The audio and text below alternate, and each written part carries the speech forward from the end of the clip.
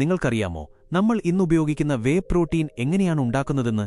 ഈ വീഡിയോയിൽ ഒരു വേ പ്രോട്ടീൻ പൗഡർ അതിന്റെ ഉറവിടമായ പാലിൽ നിന്ന് നമ്മളുടെ കൈകളിലേക്ക് എത്തുന്നതുവരെയുള്ള മുഴുവൻ പ്രക്രിയയും വളരെ ലളിതമായി വിശദീകരിക്കുന്നു.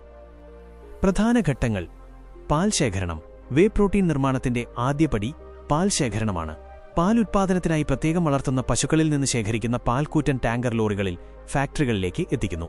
പാസ്ചറൈസേഷൻ. ഫാക്ടറിയിലെത്തുന്ന പാൽ ഗുണനിലവാരം ഉറപ്പാക്കാൻ ഉയർന്ന താപനിലയിൽ പാസ്ചറൈസ് ചെയ്യുന്നു. പാൽ വേർതിരിക്കൽ. പാൽ കട്ടയാകാൻ ആവശ്യമായ എൻസൈമുകൾ ചേർക്കുന്നു.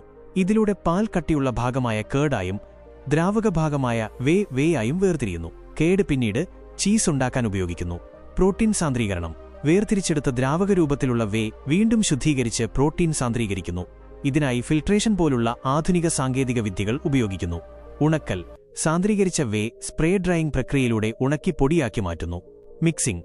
ഉണങ്ങിയ പ്രോട്ടീൻ പൊടി രുചി വർദ്ധിപ്പിക്കാനും പോഷകഗുണം കൂട്ടാനും ആവശ്യമായ മറ്റ് ചേരുവകളുമായി കൂട്ടിക്കലർത്തുന്നു. പാക്കേജിംഗ്. ഈ മിശ്രിതം പാക്കേജുകളിലാക്കി ആവശ്യമായ ലേബലുകൾ പതിച്ച് വിതരണത്തിനായി തയ്യാറാക്കുന്നു.